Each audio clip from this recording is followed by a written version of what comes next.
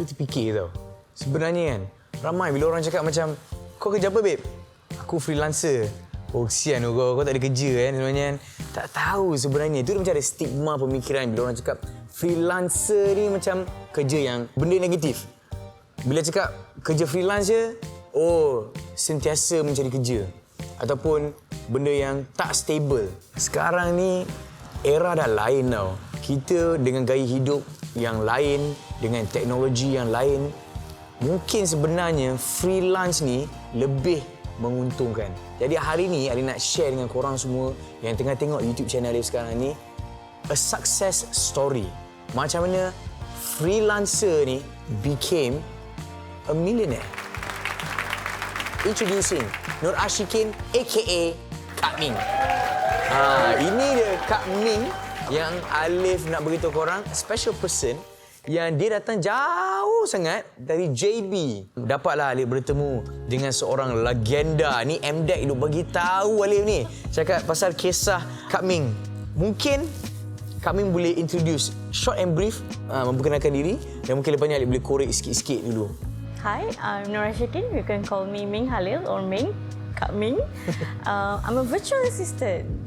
Virtual assistant. So Kak Ming memang sebelum ni you've been working dah berapa tahun dah? Jadi secretary 8 tahun. Okay. Kemudian freelance dah almost 5 years lah. So dah 13 tahun bekerja lah. And before this memang bekerja dengan syarikat mana-mana ke? Or you've been memang dah pernah freelance all your life ke macam mana? Tak, memang lepas graduate tu start career as secretary, nombor secretary biasa. Biasa tu. Okay.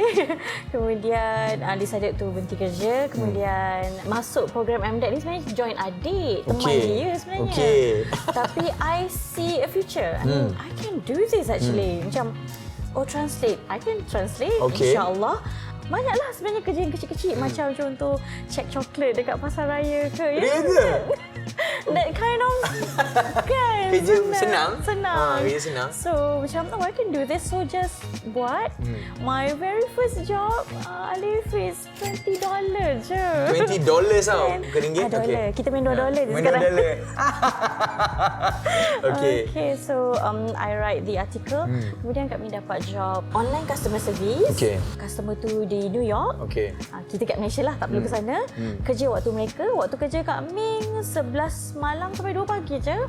They pay me around 500 per week. 500 USD per week. Okay lah kan? Okay lah. Per week tu? Per week. Okay. And then I move up lah. I buat translation, buat subtitle.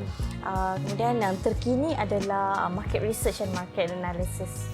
So mungkin macam orang yang nak ambil freelance ni kan, mungkin dia ada satu set of skill je. Ataupun Kak Ming mungkin ada beberapa set of skills yang mungkin bila cakap freelance kan. So macam mana? How do they cari kerja yang mungkin Kak Ming awal-awal dulu tu bila nak mula freelance tu, obviously bukanlah tak ada macam okay, aku nak fokus translate sahaja ataupun aku nak jot down itinerary company saja. So how do you go about that? I go about what skills that I have. And then the talent that I have. Talent macam contoh voice over. Kita mix lah antara skills dengan talent. So kalau boleh buat. Kalau tak tahu tapi nak buat, is in demand, belajar. Macam tu lah. So freelance ni, it's up to you lah. Kalau macam Kak Ming, my forte or maybe you call it forte, it's admin and linguistic. So I merge lah. Jadikan pendapatan. Maknanya lepas 8 tahun bekerja, and then you decided untuk jadi freelance. Macam mana first step tu that you started working for big companies? Macam kami boleh kongsi lah. I bet you work with a lot of international. Google. You work with Google? Yeah. Mungkin kami boleh kongsi. Alif tak pernah jumpa lagi orang kerja kat Google ni. Freelancer ni dia ada tahap dia sebenarnya. So kalau tengok kat MDEC punya website, kita ada freelance and then kita ada remote worker. I'm there right now. Dan atas sedikit lagi adalah digital agency. Maknanya anda groupkan ramai-ramai, anda jadi satu agency, you are freelance digital agency. So Kak Ming sekarang remote worker. Remote worker apa beza dengan freelance? freelance, you worker but you tak payah pergi, you kerja dari remote lah. Okay. So I work with Google dekat HQ Google. Okay. But then you have to be there. Kita work on base project sahaja. Okay. So macam mana kita nak mencari kerja tu? Kita tak tahu. Maybe dia ada skill tu. Tapi macam mana aku nak guna skill aku ni untuk market diri aku, untuk aku mendapat kerja? Kalau anda register ke MDEC, kita ada satu program GLOW. Alright. Okay, GLOW, Global Orang Workforce. Dalam kos tu 2 hari, kita akan ajar macam nak set profile dekat platform. Platform ni pula platform antarabangsa sebenarnya. If you ask me, my favourite Upwork lah. Upwork. Okay. UPWORK, Upwork. So kita set profile cantik-cantik, even tips ambil gambar pun dia ajar. Ya ke? Orang kata nak cari muka bawa rezeki. Kemudian macam mana nak bid, letak harga, buat proposal. Lepas tu bila dah tahap interview, macam mana nak interview, macam mana nak harga, nak letakkan So on that platform ni, macam klien-klien dekat luar sana, dia ada interview juga? Ada. Dia bukan sekadar macam, oh dia ni boleh buat subtitle, aku ambil ni. Oh sebab price is right. Tak ada tak. Dia mesti kita kena bid kerja tu. Kenapa nama dia bidder? Sebab kita kena apply dan letak harga. I see. So macam mana kita nak letak harga dia pula? Nanti macam mana? Is it competitive ke? Kalau siapa yang kena kat kami selalu cakap letak harga diva. Oh, harga diva You want me, you pay me. Macam tu lah. So you have to know your price. You have to know where is your ranking. Untuk beginners ada harga dia. Jangan anggap beginners tak ada. I pun ada hari pertama I jadi freelance kan. So macam tu lah. Kat dalam program ni kita memang ajar macam letak harga. Kalau nak bagi tips, research dulu. Buat research dulu. Harga ni dari bahasa ini ke bahasa ini apa. Kalau kerja buat logo macam mana. Semua kena buat research. Tak semestinya kita ni tak cara English, kita macam aku nak buat subtitle macam mana. Ada yang English nak dengar tukar bahasa Melayu, yang mahir benda situ pula kan. Tapi interesting. Alif pernah buat satu program under MDEC juga. Alif ada berkesempatan Alif interview dengan Tun Daim tau. And he said something very interesting. Dia kata zaman sekarang ni, it is impossible for you to not make money. Dia kata. Impossible. Dalam bahasa mudah Kak Ming, siapa buat dia dapat. So mungkin kisah inspirasi Kak Ming lah. Mesti orang kata kenapa? Apa yang inspiringnya Kak Ming ni? Apa hal boleh masuk YouTube channel Alif Sata ni? Inspiring apa? So maybe you can share. I think you have to know yourself. You tahu apa kekuatan you. Macam Kak Ming, macam Kak Ming cakap tadi lah, admin dan linguistik. So kita utilize betul-betul. Kalau orang sebut freelance, mesti dia orang kata fotografer, design, kreatif. Sebenarnya bagi Kak Ming lah, lombok emas dia adalah di sebalik itu. Orang yang jadi VA, orang yang buat website. Website, come on, harga dia orang boleh cecah $100 per hour tau. So boleh saja. You have to know yourself lah. Jangan cakap, saya tak ada skill lah, saya tak ada talent lah. Kalau orang macam tu, memang Kak Ming akan ajak duduk dengan Kak Ming. Mari kita buat. Apa yang you suka, apa yang you minat, apa yang kita boleh offer di luar. Maybe sekarang kan, orang macam dalam, this whole pandemic yang berlaku dekat dunia kita sekarang ni kan. Mungkin sekarang ni, diorang dah kehilangan kerja. They lost source of income. So, mungkin diorang kata macam once diorang tengah tengok sekarang, they will go like, okay, how much money can one person make? Is it better? Alif nak cakap kat diorang yang tengah menonton ni, mungkin freelancing ni is a better option for you.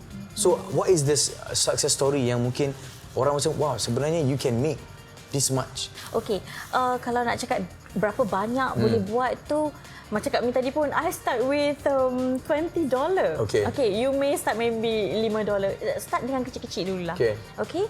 Dan you boleh sebenarnya dapat sampai millions. This million bukannya banyak kerja pun. It's that and then plus bonus. So, keyword dia jujur.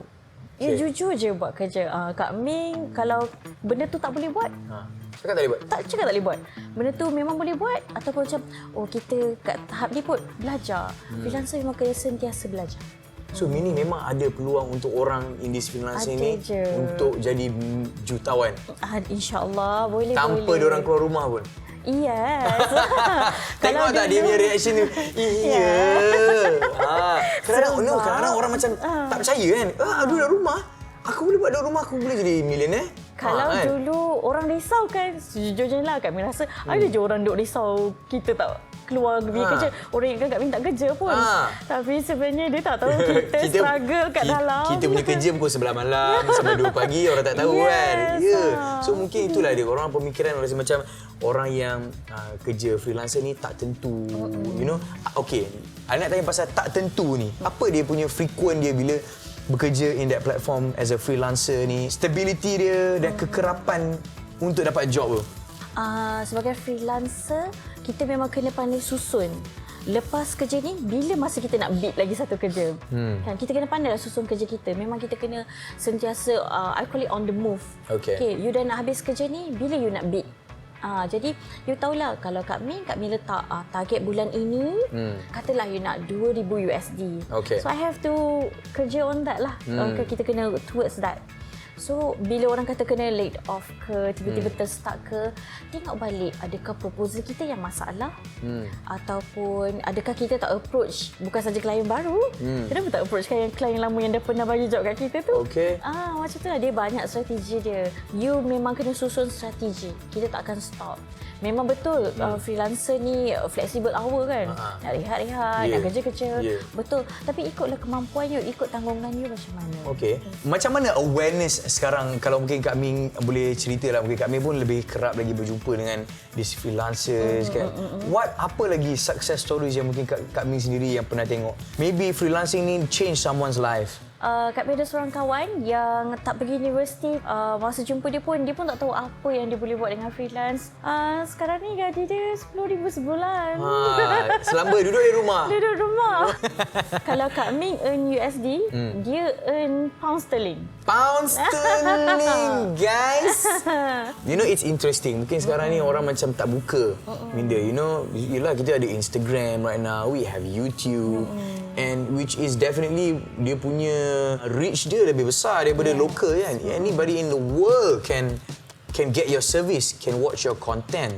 You know, so maybe apa lagi yang mungkin Kak Min rasa, whoever yang mungkin rasa benda ni relevant untuk diorang, they should start. What is the first step diorang kena buat? Daftar dengan Glow Malaysia. Go to glowmalaysia.com, free saja, 2 hari kos. Lepas tu anda ada orang yang ajar anda, diorang ni semua Glow subject matter expert. Diorang memang expert, diorang memang practitioner. So, daftarlah. Program ni free korang, jadi sayanglah ya. Macam Kak Min cakap tadi, buat dapat, tak buat tak dapat. Tak dapat. And maybe even though you ada kerja yang dah stable, or you want to have this on your side ke pun possibility kan? Tengok macam masa COVID masuk, mereka tak pernah at practice work from home. Kak Min dah 4-5 tahun practice work from home. So kita tak terkejut dengan benda tu. So bila dah jadi macam ni, kita tak akan kembali ke asal tau. Betul. Kita memang akan di norma baharu ni dan kita kena jalan terus. So kalau anda fikir macam, oh you kena laid off, why don't you jadi freelancer? Sebab freelancer kita kerja juga. Kita kerja juga. But maybe at your own time, at your own cost. Kan? Ni different lah. Macam Kak Min kata, Kak Min dah pernah jadi virtual assistant untuk company luar negara, you know, in the US. Macam mana pula the relationship? Do you call them your boss? Do you call them your clients? Kan? I've never have a formal relationship atau formal conversation dengan boss. They sometimes call me dude because I think Ming sounds like guy. Oh, dia macam dude. Dude. Tu je. Kan. Boleh relax tapi kakak professional. Itulah jangan overboard. Kalau tak tahu bahasa Inggeris macam you takutlah nak cakap bahasa Inggeris apa semua. Cakap je, dia orang faham. Dia orang faham, betul. Kalau takut nak berbahasa Inggeris, kita kena guna. Kan, kita kena praktis bahasa itu. So, nanti lama-lama pun macam husband Kak Min Jawa kot. Jadi biasa lah. Jadi, dia punya bunyi tak sedap. Tapi sekarang okey je Kak Min. Benda kena praktis kan? Kadang-kadang bila kita boleh sembang pasal language ni, is not a barrier sebenarnya. Just as long as you cakap dan orang yang mendengar tu faham. You're not a grammar teacher ke apa. Just as long as you're not rude. Kan? You use the proper simple words yang mungkin orang boleh faham. You boleh buat apa-apa je. So what is next? Mungkin dia dah tahu dah first step untuk masuk Glow. Second step, third step dia apa Kak Min?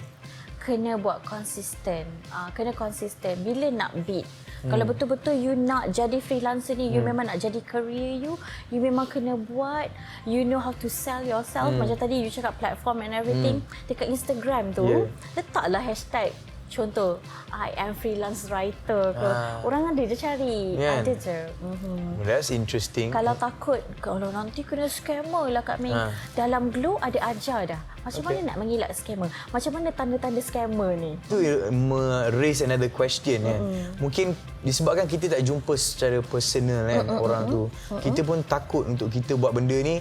Aku takut kena tipu lah. Dan benda aku tulis ni sebenarnya it's my intellectual property. Maybe I'm a freelance scriptwriter, I'm a freelance songwriter kan. Macam mana nak secure diri kita sendiri? Nasihat Kak Min, freelancer kalau boleh bekerja dengan kontrak. Letak benda tu semua dalam kontrak you, agreement you dan dua-dua kena bersetuju. Letak semua dalam kontrak. Kak Min walaupun kerja dalam platform ataupun di luar platform, Kak Min pastikan kita memang kena dalam agreement. Okey, dan agreement tu adakah dari your client ke ataupun dari kita ke macam mana? Tengok keadaan. Kalau misal kata klien punya tu tak cukup, Kak Min akan minta dia tambah. And prosedur dia selalunya lama ke cepat ke macam mana? Biasanya within a week tu dah settle dah. Dan satu skop kerja tu mengambil masa berapa banyak? Tengok how big is volume kerja tu macam mana. Okay. Contoh macam buat subtitle untuk katalah 24 episod. Okay. Maybe it takes around 3 months. Okay. Tengok kelajuan you macam mana lah. Ataupun kerja yang simple Kak Min pernah buat 7 minit je. Okay. Senaraikan shopping mall yang berada di Johor Bahru. Tu je? 7 minit. $20. That's it. Ada je kerja kecil-kecil ni. Kerja-kecil pun kan? Kecil-kecil ni. Kak Min kadang-kadang nakal juga ambil kerja-kerja kecil tu. Kalau 7 minit 100, why not? Kalau $20 kan? $80 kan? Why not? Why Right? not? Tu yang betul loh. Impossible for you to not make money tu. Macam baru-baru ni ada orang tanya, berapa jam sebenarnya kerja sebagai freelancer ni? It's about 1 to 4 hour. Tu semua orang dah macam, ya ke? Kita orang 8 jam kan? Tapi 8 jam tu saya nak tanya balik. 8 jam tu kualiti 8 jam tak? Macam kan? tu lah. So maybe you have to be cost efficient, time efficient. Employers pun sama. Why you have to hire us? Sebab cost effective. Freelancer dia tak murah. Freelancer tak murah. But it's cost effective. You tak payah bayar insurans kita. You tak payah sok-sok PF kita. Kita buat sendiri. Okay, kita buat alright. sendiri. Mungkin freelancing ni adalah dia punya perks dia kan. Perks dia, you kerja mungkin 2-3 jam, you dapat bayaran dalam US dollars ke pound sterling ke kan. But apa dia sebenarnya the downside yang mungkin orang tak tahu? Kalau kekurangan ni Kak Min lebih memandang kepada how you manage yourself. Macam, asyik tak dapat job je, kena rearrange balik dan kena tengok juga demand tu macam mana. So jangan salahkan market, sebab market memang ada. Okay. Tapi macam mana kita nak masuk dalam market tu? Itu memang cabaran. Kak Min memang berulang-ulang cakap freelance is not easy. Freelance is challenging. Memang mencabar. Kalau you rasa freelance senang, Kak Min rasa itu satu pembohongan yang agak besar. Kan? Tapi anda memang kena sangat bermotivasi sebab biasanya freelance ni dia bekerja seorang-seorang kan? Kita tak ada team sebelah kita macam ni kan? Okay, jadi kita kena kuatlah. Kita kena ni semuanya ke kita sendiri. Kita sendiri ya. Freelancer yang paling Kak Min rasa penting sekali dia kena tahan rejection. Untuk kita memang akan kena banyak lalui itu. It took me 3 months to get my first job. Okay. So saya harap anda semua lebih murah rezeki lah. Murah rezeki lebih cepat. Lebih cepat. Lepas tu kalau macam kena laid off, you kena ada strategi. Nasihat Kak Min, freelancer, you memang kena reserve tabung you 6 hingga 12 bulan. So macam sekarang kan dia tak ada kerja. So semua orang dah menggelabah. Itu orang kata sediakan payung sebelum hujan. You know, I terbaca satu, I think it was a phrase daripada siapa, I lupa, tapi dia cakap apa tau. Wealth is not how much money you have, but how long you can survive without working. Wow. That's how rich you are. Itu kena strategi. You know, so whether it's 3 months ke, whether it's 6 months or I can not work for 10 years and I can still live like this. So mungkin dalam apa yang berlaku sekarang ni, mungkin dia sentuh sikit pasal kerja, dia sentuh sikit of the opportunity untuk people ada income. At the same time, the downside tu lah yang macam Kak Min cakap tu kan. Rejection. Mungkin 3 bulan ni first time 3 bulan nak dapat job. Ternyata 3 bulan asyik kena reject je kan. So whatever you make, you kena save. Yes. Kan? Kak Min punya formula, simpan separuh. Simpan separuh, betul. separuh. Zaman kita dah cukup berbeza sekarang cukup ni. beza. So, kita kena adapt betul tak? Kalau dulu, masa kita kecil-kecil dulu, pernah tak nak dunia tanpa sepadan? Inilah dia. Inilah dia tanpa sepadan. Kalau kita tak grab, kalau kita tak rembat, orang lain rembat. Kan? But to know, I rasa what we can take from this is be confident and to know market is always there. Yep. Ada. Walaupun kecil skill anda tu, walaupun saya tak pandai bahasa Inggeris, pasti ada. Itulah dia. Change and adapt, guys. Ini ada peluang kalau kita tak ambil peluang yang ada ni untuk betul-betul fully utilize skill kita, skill korang yang tengah tengok ni. Whatever it is, kalau dah satu klik tu RM1, kalau 1000 kali klik tu dah memang lalang duk belik tu kan. Adalah duit dia sikit, you know, for you to make money, especially pada waktu-waktu yang macam ni. So sign up with Glow. Mungkin korang pun ada peluang untuk korek lebih dalam lagi dengan Kak Ming ni. Nanti Kak Ming sendiri pun ada VAM Kak Ming sendiri. VAM tu apa? Ini adalah kerjasama khas Kak Min dan MDAC. I'm giving back lah. Okay. I'm giving back. I share my knowledge, share skill juga. Mantapkan skill. Dalam VAM ni kita akan ajar VAM tu Virtual Assistant Masterclass. Okay. Kak Min bawa anda journey Kak Min. Lalulah sendiri. Lalulah sendiri. Dia bukannya manis-manis belaka sebenarnya. Ada turun dan naiknya. Jadi kumpulan pertama ini dah pun jalan. Kita tunggulah pengumuman MDAC. Mana tahu ada second batch. Alright, so take this opportunity guys. Dan mungkin ini dia satu lagi periuk, satu lagi kuali. Cawan, kawah yang berbeza untuk korang semua. So use technology and make full use of your skill set.